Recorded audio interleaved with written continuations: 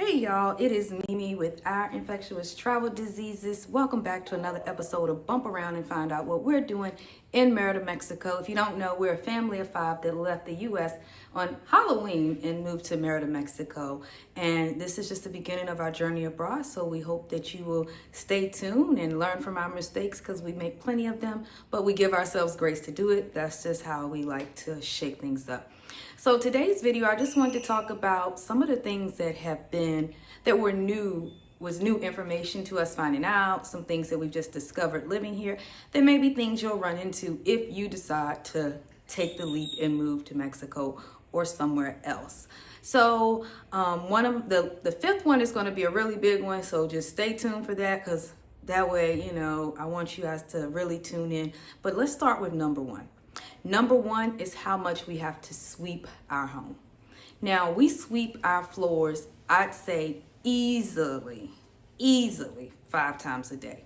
And I've often made the joke, how many Thompsons does it take to keep the floor clean? Because we sweep so much. And it's like this sand, black dust.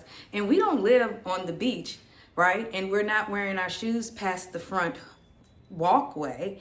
But you can just be sitting on the couch and boom, there's just this pile of dust as if you just didn't sweep 30 minutes ago. So that has kind of just like, whew.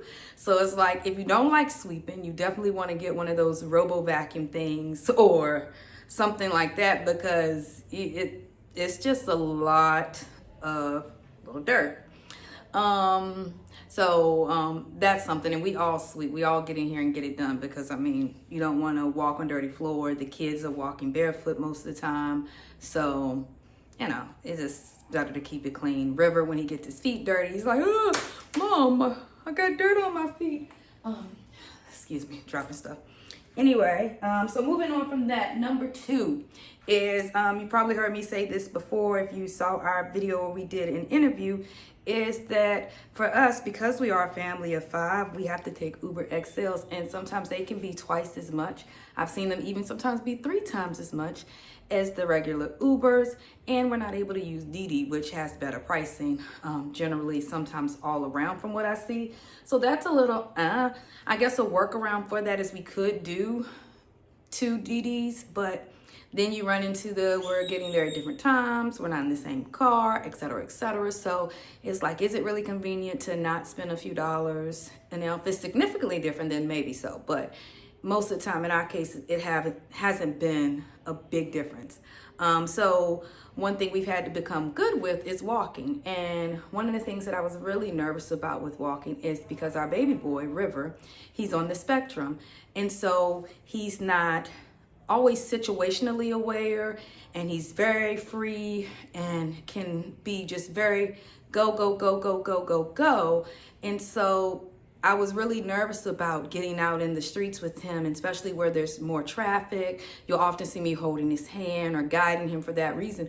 But he's actually become an excellent walker and does very well and loves to get out and walk. And he doesn't complain until we get to about that 2 to 3 mile mark.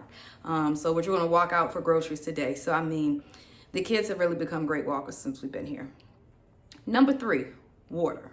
Now, we get the 5-gallon water jugs delivered here weekly. That is a convenience for us, because you're going to need the water and you're going to need all these services. So I say the delivery services have been one of the things that have completely made our lives that much easier. Sometimes it is cheaper for me to order the groceries online and have them delivered through Didi than to go in the store and pick them up. Because what I found is they'll actually have special pricing or sales price online. So while I might pay a 30 peso service fee, like I joined the Didi Pro Club, like the Uber Plus Club, whatever, like the little membership thing, I joined it so I could get free delivery if I'm spending, over 100 pesos. And typically I do, or I just make sure I do to get the free delivery. And then there's typically a little service fee, but it's so minor compared to like if I go to the store, for instance, a loaf of bread on Didi will show as 19 pesos. And then if I go to the store, it's 22 or 28 pesos. then there may be a whole chicken. On Didi, I can get the whole chicken for 69 pesos, but if I go in the store, it's like 109 pesos. So you see how that kind of offsets the fee already. So I just kind of look at things like that. And sometimes I won't get it delivered. I'll just do a pickup order. It just depends. And I'll send Ron with the wagon and we get it done that way. Number 4 is the different noises. Now, the noises here don't bother me. I grew up in the country, but where we live is not so much city noise or neighbor noise. I do hear dogs barking, but that's no big deal. I heard that in Houston too. But you do hear a lot of nature. And if you're someone who does not like the sound of birds and crickets and other things unknown, then you might find it discomforting because you keep your windows open. Well, we keep our windows open, but in some homes or spaces, you, even if the windows is closed, you still may hear them. Like when we were in the Airbnb that we stayed in, it literally, the window would shake every time the cars went by, and it sounded like they were it would rumble, and it sounded like the cars were going to drive into the house, and they were just driving by the street. But that's how poorly insulated the windows were. So depending on the quality of your windows in your home, you could deal with noises like that, whether it be nature or it be the sound of cars. Because we live in a Privada, which is a gated private community with only 6 homes, we don't have a lot of noise. And I'm very fortunate for that because I see a lot of people in some of the groups I am in complain about noise. Now, the 5th thing that really caught us off guard, because we are a family that loves to sit around and spend time together, watch a good movie together, find a series that maybe we can all tap into. We love watching documentaries and learning about our history. And what we found is there are apps that you cannot stream in Mexico. For example, Hulu. Now, if you're a Handmaid's Tale fan and you're waiting on that next season to come back, or you're still in the midst of getting through the seasons, then you can't stream Hulu here in Mexico because it's only supposed to be streamed in the US. You cannot use Peacock Plus, which is one of my favorite streaming services because I feel like Peacock Kids has some of the best movie collections and just have some of the best shows. You can't use Paramount Plus or HBO Max, or there is one more that I can't think of, but it's not one that I typically use, so that's probably why I'm not thinking of it. The other streaming apps that you can use Netflix, and you can use Disney Plus, and you can use Amazon Prime, but the content may be different. So when you get here and you're thinking, I'm going to pull up something that I would watch in the States or the US States, because this is the States of Mexico, then you're going to find that some of those are not available. Now, the workaround for this is to have a great VPN. However, just here's a trigger warning to that. Some people have had their accounts suspended because of using a VPN and streaming services here in Mexico that are only supposed to be streamed in the US. So that's just something that kind of shocked us. And I was like, whoa, I wasn't ready for that one.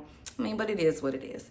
And lastly, the other thing I would say, number 6 for us, is pool maintenance. We had never had a pool that we had to maintain. Now, while we stayed in the apartment, sometimes we would clean things out of the pool before we got in just because we don't want our kids swimming around dead bugs and stuff like that. So yeah, but here it's either fully on us or we need to pay some money to do it. We have a fairly small pool, so we've been taking that on ourselves, but we ran out of chlorine tabs.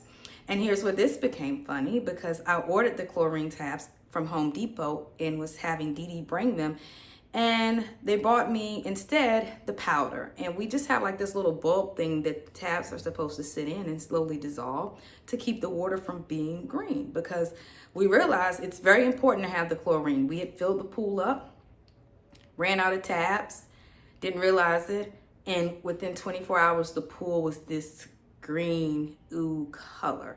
So if you're not familiar with pool maintenance and you're thinking about getting a pool, you can hire pool technicians that come out and clean very inexpensively. We just haven't seen the need to do so at this point in our time here because we've only been here 5 weeks.